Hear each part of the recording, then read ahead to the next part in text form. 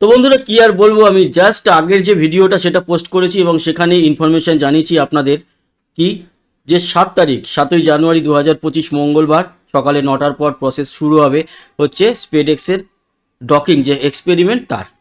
কিন্তু এই ভিডিওটা পোস্টের পর যখন আপনারা দেখতে শুরু করেছেন দেখছেন সেই সময় ইসরোর তরফ থেকে খবর এলো, কি খবর এলো না 7 তারিখে হচ্ছে না ডকিং, কিছুটা টেকনিক্যাল ইস্যুর জন্য, তবে সেটি হবে 9 তারিখে 9ই জানুয়ারি 2025, মানে ঠিক বৃহস্পতিবার দিন নাগাদ। যাই হোক, এটাও আপনাদের জানানো ছিল ইনফরমেশনটা। কিন্তু আরও যে বিষয় নিয়ে আলোচনা করব, এই যে 30 তারিখ উড়েছিল, 30 তারিখ ওড়ার পর আজকের এই মুহূর্তে দাঁড়িয়ে একটা ইতিহাস তৈরি করে ফেলেছে অলরেডি, মানে ডকিংয়ের আগেই। সেটা কি জানেন? সেটা হচ্ছে বরবটির বীজ পাঠিয়েছিল সুন্দর সিস্টেমের মধ্যে একটি যে চেজার বলে মহাকাশযান রয়েছে, দুটো তো, একটি চেজার আর একটি হচ্ছে টার্গেট। তো চেজারের মধ্যে কিন্তু বরবটির বীজ পাঠিয়েছিল এবং চেষ্টা করেছিল তাকে ফোটানোর, মানে অঙ্কুরোদ্গম করার, এবং সাকসেস হয়েছে। আপনাদের দেখাই, দুখানা ছবি পোস্ট করেছে, তারপর অসাধারণ একটি ভিডিও থাকছে আপনাদের জন্য। আগে ছবিটা দেখে নিন। এই হচ্ছে ছবিটি। এই ছবিটি কিন্তু হচ্ছে 2 তারিখের, আজকে 6 তারিখ না 3 তারিখের ছবি। 3 তারিখের ছবিতে দেখা যাচ্ছে যে এই যেভাবে টিস্যু বা আর্টিফিশিয়াল ভাবে পাঠানো হয়েছে ইসরোর তরফ থেকে মহাকাশযানের ভিতরে, সেখানে দেখুন দানাগুলো কত ছোট ছোট এবং প্রস্ফুটিত হওয়ার প্রায় মুখে, এটা কিন্তু মনে করা যেতে পারে। তারপর আজকে খানিকক্ষণ আগে একটা ছবি যেটা পোস্ট করেছে, তাতে দেখুন 2-3 দিনের মধ্যেই এগুলো ফুটে গাছ বেরিয়ে গেছে। এবং আগে রাশিয়া এবং নাসা মানে আমেরিকা করেছিল এই কাজ আন্তর্জাতিক মহাকাশ স্টেশনে, মহাকাশে এই গাছ উৎপাদন বা বীজ থেকে চারা গাছ বের করা, অঙ্কুরোদ্গম। তারপরে চায়না করেছিল, ভারতও কিন্তু করে দেখালো। হ্যাঁ, হয়তো আমরা মহাকাশ স্টেশনে করিনি, কিন্তু মহাকাশে তো করলাম। মহাকাশে করে কিন্তু দেখালাম। এটা একটা আমাদের ভারতীয়দের কাছে খুবই অসাধারণ একটা মুহূর্ত। এবার আসি যে ভিডিওটার কথা বলছিলাম, সেই ভিডিওটাতে কি দেখা যাচ্ছে?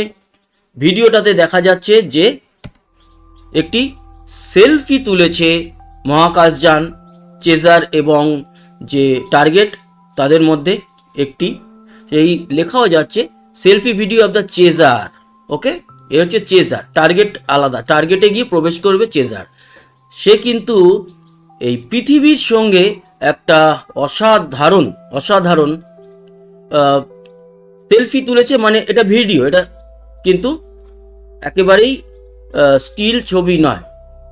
এবং এটি তুলেছে 2 জানুয়ারি 2025 10টা 27 মিনিটে ভারতীয় সময় অনুযায়ী। অবশ্যই এই ভিডিওটিও খুবই সুন্দর লাগছে।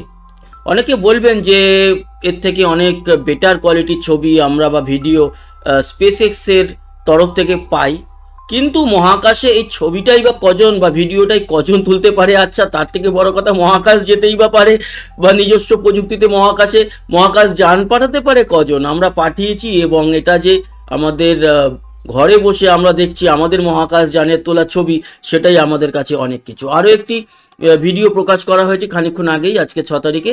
সেটাতে দেখানো হয়েছে যে টার্গেট ঠিক তার জায়গায় পৌঁছে গেছে এবং সে রেডি হচ্ছে।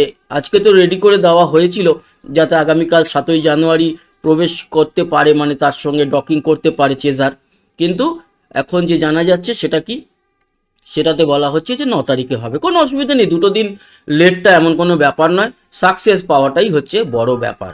আর টার্গেট পৌঁছে গেছে, টার্গেট এখন ওয়েট করবে, তারপরে মাঝে আর 2-1টা দিন, তারপর কিন্তু আমরা এই অসাধারণ একটা ইতিহাসের সম্মুখীন হব, এটাই আশা করছি। তো বন্ধুরা, আগের যে ভিডিওটা বানালাম হয়তো অনেকে দেখে একটু মানে আশা সঞ্চার হয়েছিল যে হ্যাঁ আগামীকাল আমরা লাইভে আসবো, দেখতে পারবো।